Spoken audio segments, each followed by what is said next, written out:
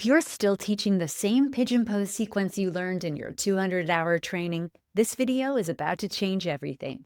I'm Sage Roundtree, and I've spent 20 years helping yoga teachers move beyond boring, predictable sequences that make students secretly check the clock. Today's sequence, what I call Christina's World, gives you a complete hip and spine flow that's different enough to intrigue your students, but also accessible enough for mixed-level classes. You'll see why one of my students called it the sequence that made me actually enjoy hip openers. This is exactly the kind of creative yet practical sequencing you'll get every month in the Yoga Class Prep Station, my $39 monthly membership that's like having a prep cook for your yoga classes. Or if you're ready to master the art of yoga sequencing yourself, my 6-month mentorship membership program teaches you the framework behind sequences like this, so you can create your own. Let's dive in. Come to hands and knees, and I'll show you how to make hip opening actually interesting. Come onto the hands and knees. Let your knees be hand or mat distance apart. Take a few rounds of this wide-kneed cat and cow. Inhale to arch your back. Exhale to round it.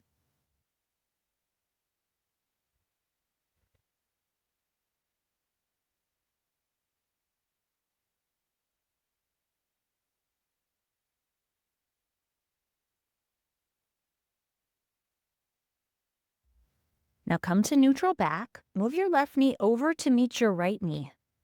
Lower your left hip down. You can keep your knees and ankles primly stacked, or you can let them spread however feels good. Step your right hand to the center of your mat or underneath your face. Move your left hand over to the left. Press some length up your spine. Look back over your left shoulder. This is why I call this sequence Christina's World. You look like Christina in the field in the Andrew Wyeth painting.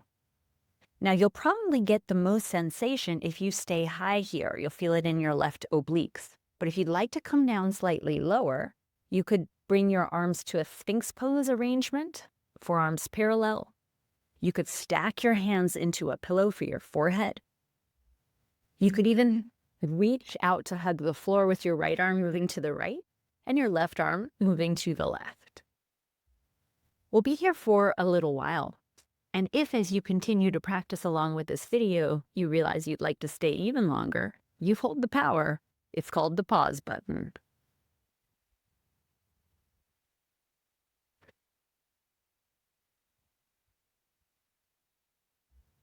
It can feel nice to let your head hang heavy, or you can prop it on something like a stack of fists or a yoga block.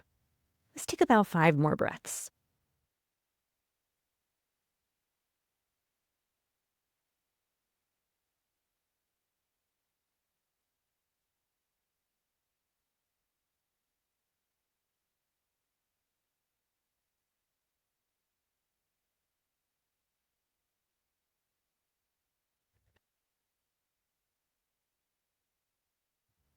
And bring your hands back underneath your shoulders.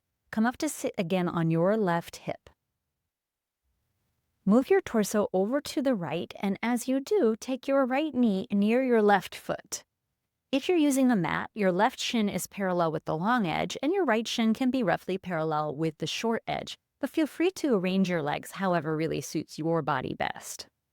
Your right hand can step over. Your torso is now oriented above your left knee. You could stay tall here for this pinwheel version of pigeon pose, or you could bring your arms down to frame your legs. Again, your head could hang heavy, or you could stack it on something. If there's some different variation of pigeon pose you'd rather be doing, take it now.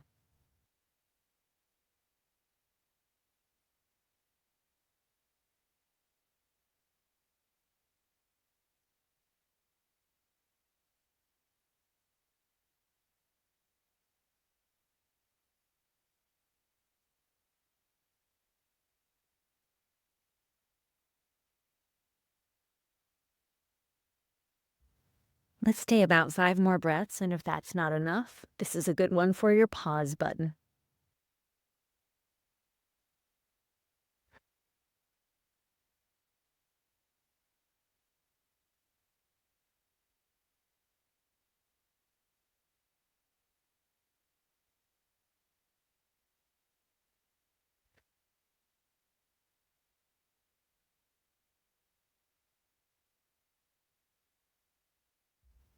Now creep your torso back toward the head of your mat. You can park it on your left forearm or up on your left palm. Float your right knee free of the mat and see about a hand to foot connection.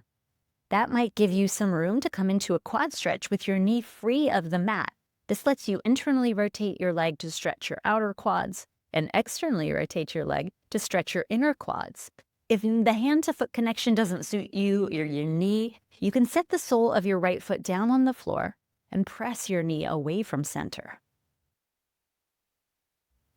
Let's take at least 3 more breaths.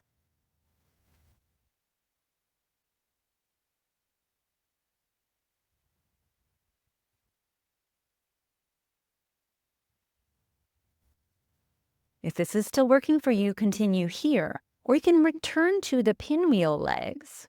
Lift up to the left palm. With an inhale, sweep up to your shins and reach your fingers out over your left hand. You could stay up or you could come down and rearrange however you like. If it doesn't work for your knee, you could do this with a straighter right leg. If you're liking this back bend, wherever you've landed, stay for a few more breaths. I like to hold my head here so my neck does less.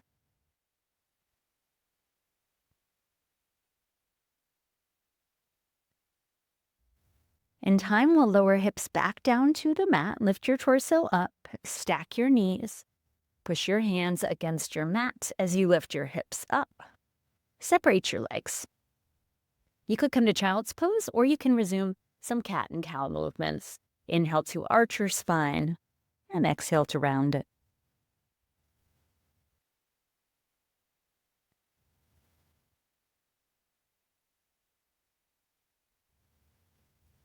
As we move through these shapes on side 2, remember you hold the power to stay longer in any shape and also to leave the shape sooner.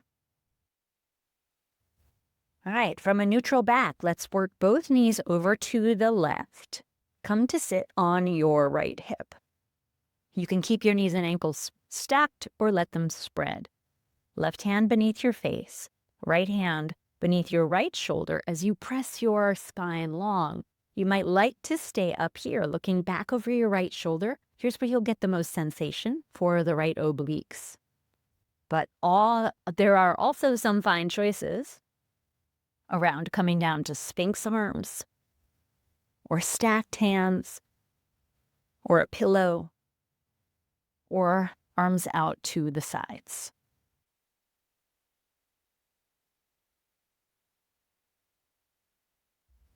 If this starts to feel like too much in your back, remember you can spread one or both legs back. If you don't feel anything, you can also hike your knees a little closer up.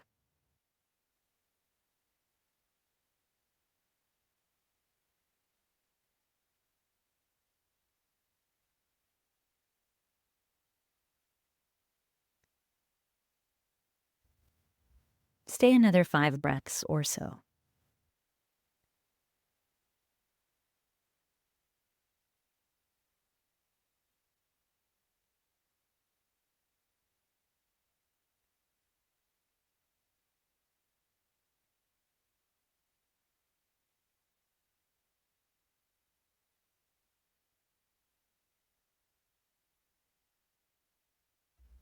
Next up is pinwheel pigeon, for which you will lift your torso and work it over toward the left. Along the way, your left knee will move back, maybe till your knee is in the arch of your right foot. You can rest on the top of your left foot or on its big toe side, however suits you best. Frame your right knee with your hands. Start coming down on an angle where your sternum is oriented over your right knee, but feel free to move more to the right or the left as you descend to find a personally appropriate place to hang out. That could be high, that could be quite low, that could not look like this shape, but instead like some other version of pigeon.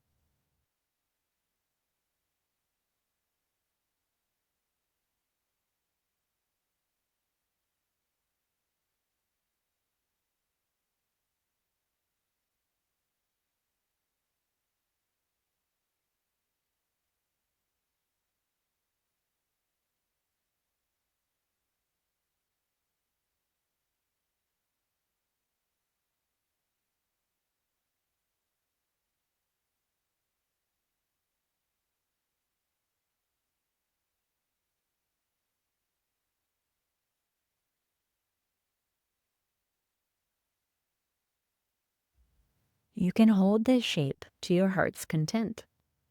When you feel ready to address the front of your left thigh, you can move your torso over to the right, maybe to arrive on your right forearm, maybe on your right palm. Float your left knee free of the mat and see about a hand-to-foot connection. Now remember, if that doesn't suit you, you can be pressing your left knee away from center instead. If it does suit you, with your left knee free of the mat, you could spend a few breaths with your foot up toward your hip and your knee down toward the floor, as well as a few breaths with your knee up and your foot down.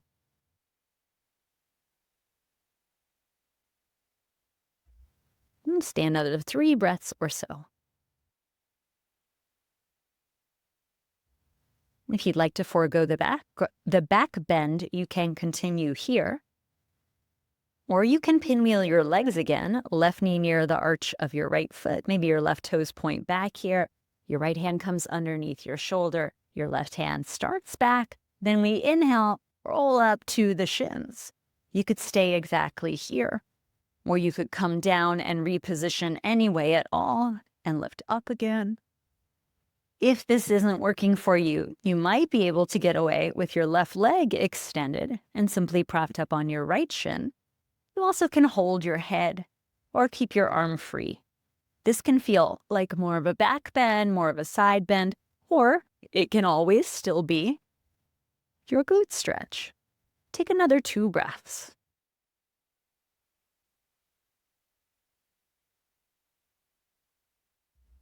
Use an exhale to settle your hips down. Once more, we'll stack our knees, lift our hips up, and give yourself the time to come through some cat and cow, or back to child's pose, or through anything that feels like the right thing to do next.